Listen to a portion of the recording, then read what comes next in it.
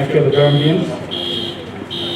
5 years ago, we as a nation came together to vote for a change. However, we must at this time realize that we have not achieved the change that we voted for.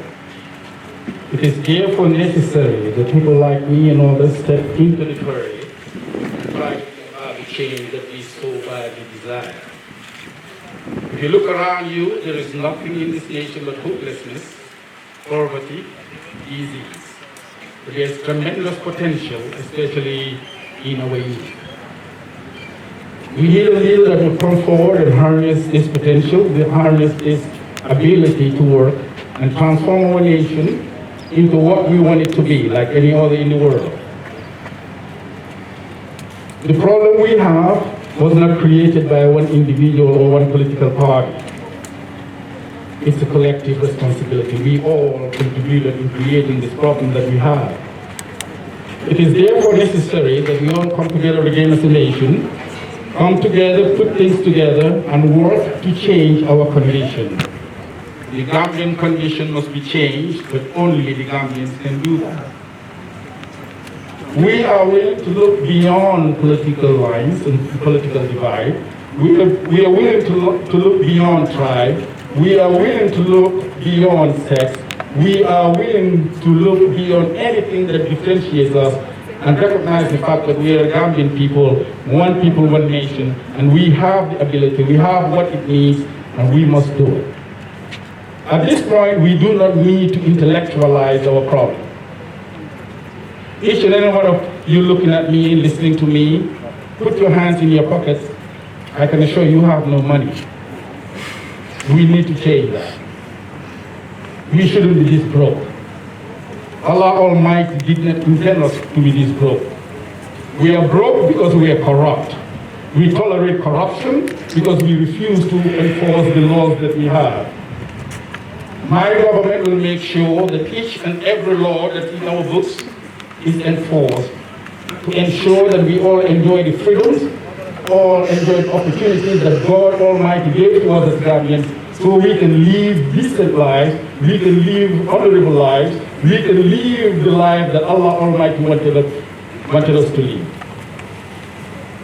You can see I'm not reading from the text, I'm speaking from my heart. Because it's not about me, it's about you. It's about you, the Gambian people. You who wake up every morning and don't know where the next meal is coming from. You who wake up every morning and wonder how in the world are you going to pay the school fees of your children. It's not about me, it's about you. It's about how many of you are able to guarantee your children that you'll have the kind of future that you deserve for them to have. You're on Facebook, you're on social media, you see the youth of other nations. What you do is you look and you do what Gambians call namesake. We need to put an end to that damn namesake and make it a reality for all of us. Thank you very much. Mr. Jassey, could you allow the press now to put forward our questions? And thank you very much. You may do so. Asking. You did mention that Gambians have started. You also talk about the issue of corruption. What will you do? What will Jassey's administration do if elected into office to end those? Because it's easy to say, to recognize those, to say the present government is... I did not say the present government, please. Well, if you say it's corrupt, that means it's corrupt. It was corrupt before this present government. Under the present government. Whatever the case is, corruption, there is corruption. There is corruption. Very well, that means it is under this present government. So what would you do? It's easy to say we are corrupt. But it's another start to fight corruption. Right. How do you intend to fight it? The first step to fighting corruption is to enforce our laws.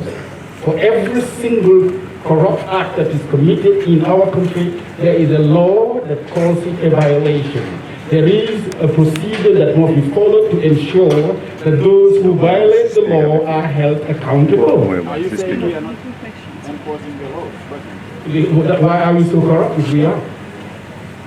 We are not. The enforcement of the law needs to be much stronger than what it is. We need to empower law enforcement. We need to give them better training, better pay, better opportunity, better work environment, and encourage them so that they can do the job that we ask them to do on our behalf.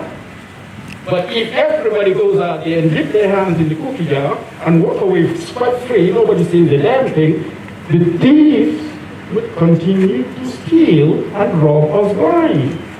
And that's what's happening. You are accompanied to the IEC with a small number of supporters. Are you able to meet the 5,000 signatures? Yes, we have met them. We have a problem with our vehicle coming from Upper River region, and they are on their way. And we have been given an opportunity to submit them before Friday. We don't need that much time, but we'll certainly take it. And when you're talking about a crowd, you know what crowd that matters? How many ballots you have in the box. If you don't have the ballots in your box, you can have the greatest crowd on earth. There's nothing but to find here. How optimistic are you? No one is optimistic, because there is nothing like 50 plus 1. The unfortunate part is that we might end up with a government that was elected by a minority. That is not democracy. Mr. Jassey, you understand that? You understand that there are Mr. Jassey, in order for Gambians to vote for you, they need to know the reality surrounding Mr. Jassey. Tell us, there is concern based about your dual citizenship. Some are saying you have two citizenship, Gambia and America. Can you shed light on that? Yes, I do, and the process to drop one has already begun and will be done before you cast a single vote for me. Thank you. Let's get a man this time. Mr. Jassey, you understand that some other documents what are those documents? I'm optimistic that you will make it part-time. One of the documents are the certificate of character, which I applied through the IG's office. I thought it was a matter of working up there and working it through, but they told me to write. It has been written and I'll get it tomorrow. And the other one is the declaration of assets. I just need to be very specific about what I put on the paper, so that, because I know it's a legal document, that I need to give appropriate account of what my assets are, which I can tell you is not much. And then we also, you asked me a question, may I please complete it? We also have my picture. And you can do me a favor, just take my picture and I'll give it to them. That will save some trouble. We have that. These are under the logo. These are cosmetic things in my view, but of course they are essential and important to the IEC, and I respect very much their requirements. And the vehicle that has some of this document is actually stopped upriver on its way. So there's no need to rush. We'll do it before Friday, and everyone will be happy.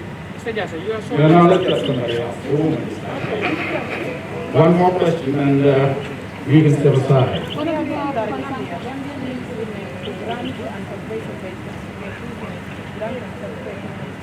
And that conservation basis will not sustain. So what my question is, what will you do if you're in power to help you everyone's life?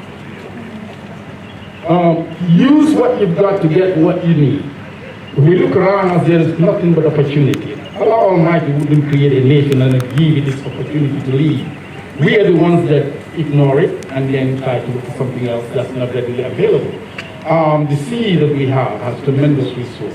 The soil that we have has tremendous resource. And we also want to point out the fact that there are some of us who simply don't want to work.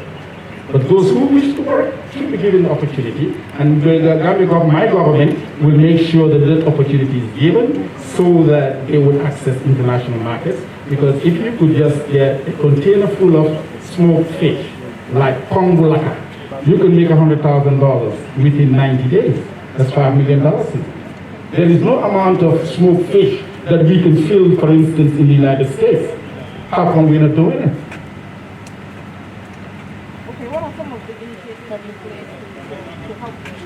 The help the youth is to first give them an education and trade.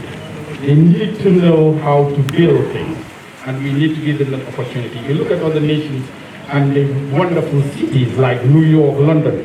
It wasn't built by degree holders, it was built by skillful workers. And that's it. Thank you.